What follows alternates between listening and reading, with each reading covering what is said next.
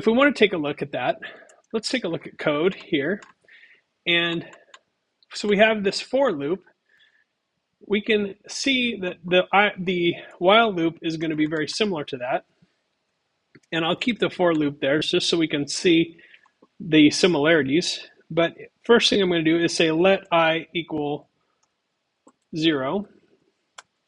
And then while I'm starting the loop here, while I is less than 10, we're going to do the following. First thing we're going to do is say console.log, and we're going to write I to the console. And then the next line is going to be I plus plus, which increments I by 1. And so what happens here is each time we execute, when I run this, each time it loops, starting at 0, it says, is I less than 10? Well, I starts out as 0, so yes it is, so we're going to print 0, and then we're going to increment it to 1. Then it says, okay, we reached the end of the loop, let's go back up to here and say, is I still less than 10? I is equal to 1 at that point, so yes it is, we print that, and then we increment it, and now I equals 2. And you can see how that continues to work, and eventually I will equal 10, and we'll get up here and we'll say, is I less than 10, or is 10 less than 10? No, 10 is not less than 10, and so at that point, the loop stops, and it will pick up with whatever line is down here, so console.log, and it will say, the loop has ended.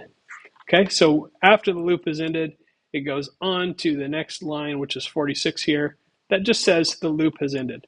So now let's run back to the program here, and you can see 0, 1, 2, 3, 4, 5, 6, 7, 8, 9, and then it prints the loop has ended when it ends.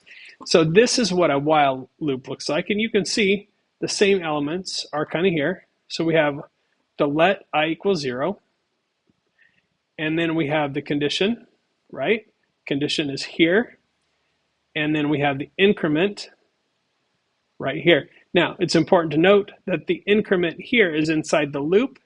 If I put the increment outside the loop, I'm going to have a problem because this loop is just going to go forever and ever because this is never going to change. The value of I is just going to stay 0, and it'll just keep printing it forever.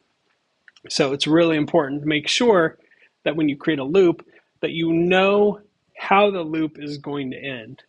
And if it's not going to end, you need to know exactly why that's going to happen. Otherwise, you could wind up in a situation where your program just sort of grinds away until the computer overheats or you stop it or something happens.